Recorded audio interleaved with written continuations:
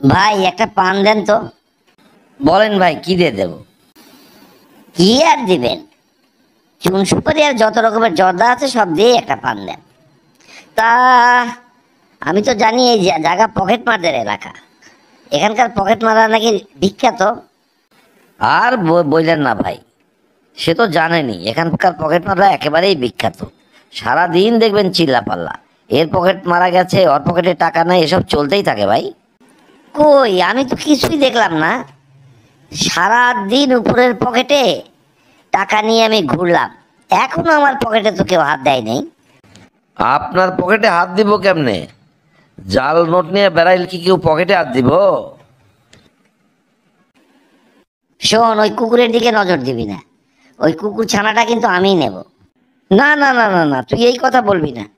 সেই ছোট থেকেই কুকুর ছানাটাকে আমি দেখছি, আমি ওকে নিয়ে যাওয়ার জন্য প্ল্যান করেছি। তুই ওদিকে তাকাবি না ভাই। কি বলছিস এসব?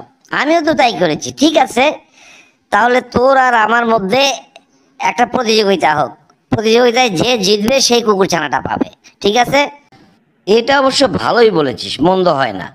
তাহলে কি প্রতিযোগিতার ব্যবস্থা করবি কর। এই তোদের মধ্যে তো ঝগড়া কি নিয়ে রে? বাইরে থেকে শোনা যাচ্ছে দুইজন চিৎকার চেঁচামেচি করছিস। না স্যার, তেমন কিছু না স্যার।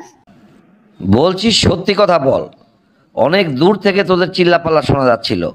কি হয়েছে আমাকে খুলে বল, না হলে দুজনেরই গাল লাল করে দেবো। না স্যার, আমাদের ঝগড়া হচ্ছিল একটা কুকুর ছানা নিয়ে, তো তা মিটে গিয়েছে স্যার। তা কিভাবে তোরা মিটালি?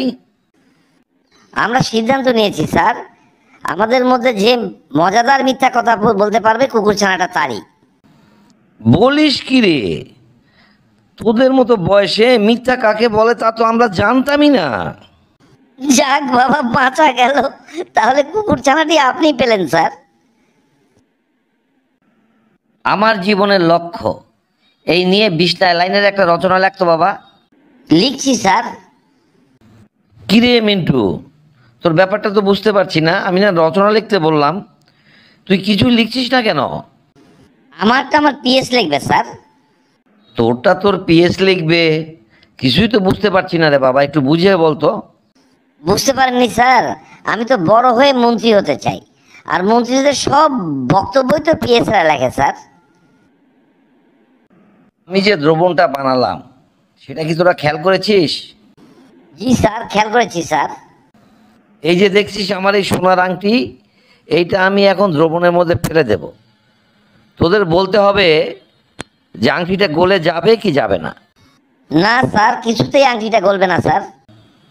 Good, very good. আচ্ছা তুই বল তো, তুই কি করে নিশ্চিত হলি যে আংটিটা দ্রবণের মধ্যে গলবে না? এটা তো একটা গাধাও বলতে পারবে স্যার। গলে গেলে নিশ্চয়ই ওই দামি আংটি আপনার দ্রবণে ডোবাতেন না স্যার।